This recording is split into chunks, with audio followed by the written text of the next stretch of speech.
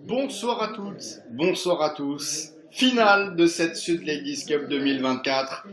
Après avoir eu trois titularisations, en l'occurrence, elle s'appelle face au Japon. Il y a 5 changements et donc seulement 3 joueuses qui sont dans cette. Évidemment, on va écouter.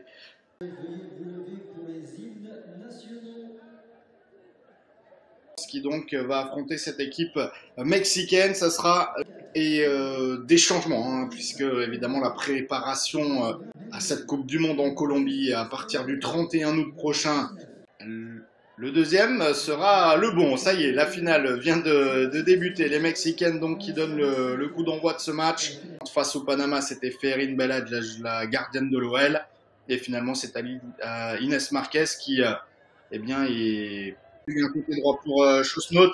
Chosnot la Rémoise qui arrive dans la surface de réparation. Chosnot une fois, deux fois. Chosnot toujours. Le ballon de Chosnot. Oh, pas juste à côté. Cette tentative française. 5e minute de jeu. Et les Bleus. Qui... Irene Fonden qui avait joué plus tôt face à l'équipe du Maroc dans ce milieu à 3. Et là, Jade Rastock, la Rémoise, qui attention parce que là, elle est toujours regardez au milieu de votre écran, Jade Rastock, donc petite infériorité numérique et Alice Marquez, bien joué de la part de Alice Soto, la mexicaine, et les françaises qui se dégagent avec là ce ballon tranquillement, qui est plutôt dans la défense centrale, là les latérales droites ce soir. Pourquoi par exemple Marion Alevin est avant-centre et a le numéro 6? Alors il y a deux raisons. Les Mexicaines, avec ce long ballon, attention, il faut bien se parler. Et en deux temps, là, Inès Marquez, vous pouvez les suivre gratuitement. Et aussi, ça c'est pour les adversaires. Et pour les joueuses, le 19 est y aller. Donc, voilà, Sandrine Ringler m'a répondu au Japon. Mais s'il y a 0-0, ce serait une séance de tir au but. La bonne prise de balle, bien jouée de la part. Aller trouver du temps de jeu, comme également l'a fait Romane Lejeune du côté du Racing Club de Lens. Le duel avec Marion Alevin et son numéro 10.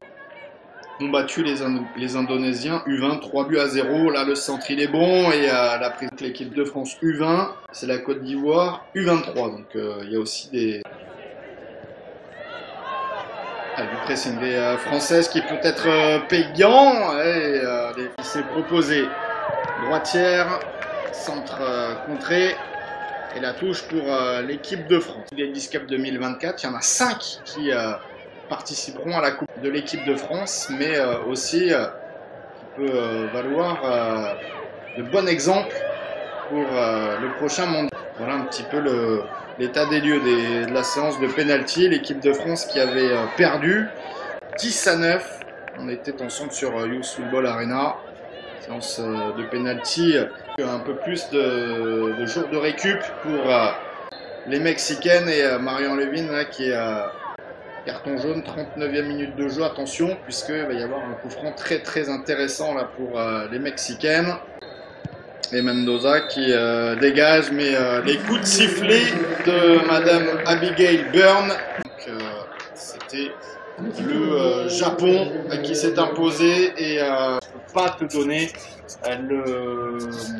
la date exacte de la liste, hein, sinon évidemment je vous l'aurais donné. Juillet prochain et ensuite il y aura le stage, le rassemblement à la mi-août, à savoir le Maroc, l'Autriche, le Cameroun, tout retenir, mais on pourrait, ce serait marrant, se retrouver avec la France, le Mexique et le Maroc. La Dijonnaise.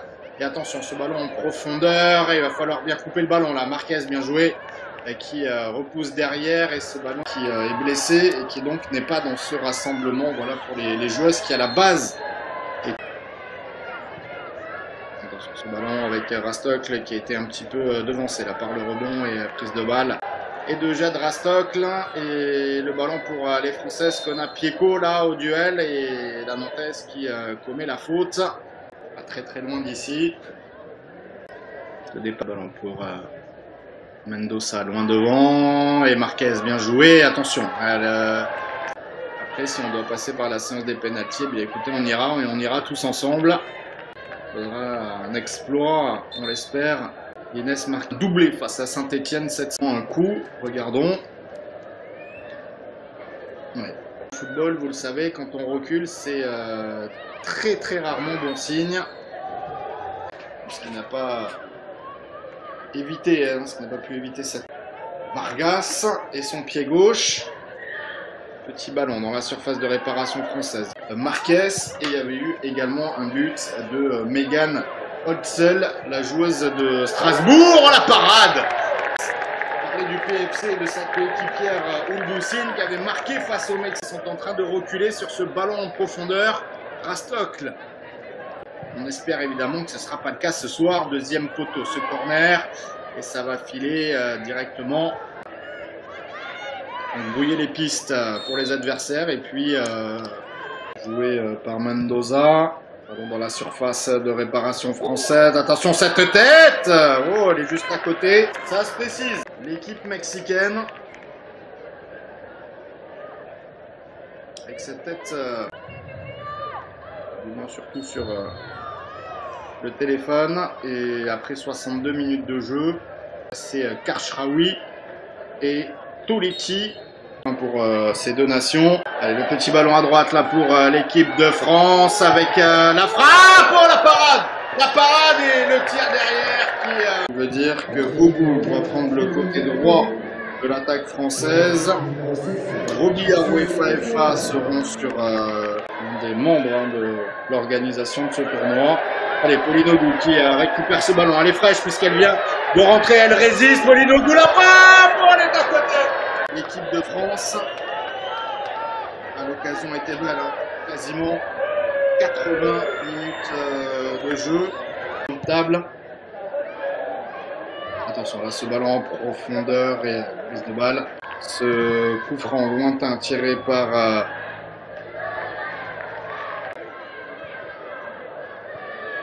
les Mexicaines.